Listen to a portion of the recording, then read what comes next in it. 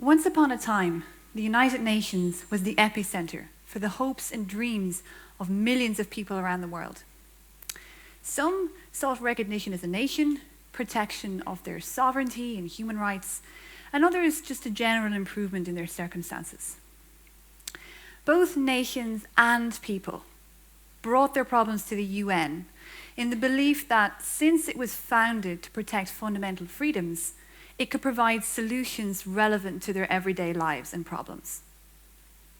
As a historian of the UN, I believe that it has many problems, but the main one is that people don't believe in it anymore. We've lost faith in internationalism, and we've lost faith in the United Nations.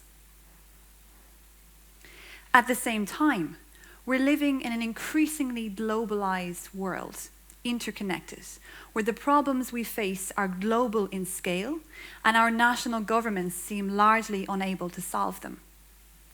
We need the UN more than ever. We need to reimagine what it is and what it could be. We need to rediscover its potential, and we need to find again that belief in the United Nations and its relevance for our everyday lives.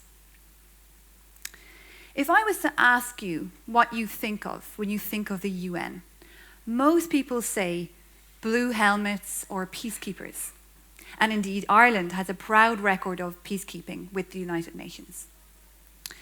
And peacekeeping is indeed one of the most visible functions of the UN. But it's also often associated with the darkest days of the United Nations history, such as in 1994 in Rwanda, when UN peacekeepers failed to prevent the slaughter of almost 1 million Tutsi people by their neighbours, the Hutu. As images of slaughtered men, women, and children haunted our TV screens, people vowed never again. And the UN was largely held responsible for not doing enough to save lives. So on the one hand, we often immediately associate the UN with blue helmets and with peacekeeping, but on the other hand, in the next breath, we often associate it with not doing enough when atrocities occur, such as today in Syria. The problem is that this misconception leads to an overall negative view of what the UN is and what it does. When I was 16, I was lucky enough to go to Washington, D.C. to participate in the Future World Leaders Summit, which is an international relations seminar for young people. There, I met young people from countries all around the world, in which the UN is much more visible and it has a much more positive image. And there I understood that the UN is a matter of perspective. So while it doesn't have a stellar record on big, controversial political peace and security questions, it achieves huge things in the humanitarian sector. So for example, the UN World Food Programme feeds 80 million people in 76 countries around the world every day. The UN Development Programme has provided access to clean drinking water for 2.6 billion people around the world. And the World Health Organization, another UN agency, has slashed child mortality rates by 62% since 1945. So I think you would agree that these are hugely important humanitarian achievements, and they're relevant to all of us. So for example, the World Health Organization doesn't just work in poor places very far away. It's actually based in Geneva. And there, doctors and scientists lead worldwide research into infectious diseases, including one that you might be familiar with here in Ireland, which is influenza. So those doctors and scientists track the outbreak of the flu, try to predict where pandemics might occur, and advise national governments on immunization strategies and prevention programs. But even if the fear of getting the flu doesn't keep you awake at night, another area in which we clearly need the help of the UN is climate change.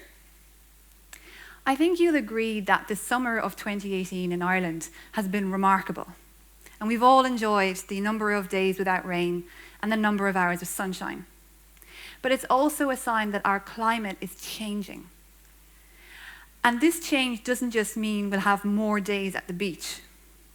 It means rising sea levels, less crop growth, more severe storms, and yes, even more rain than we're used to in Ireland.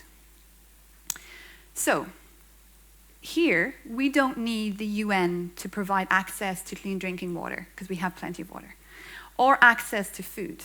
But we do need the UN to tackle these big global challenges through programs like the Sustainable Development Goals.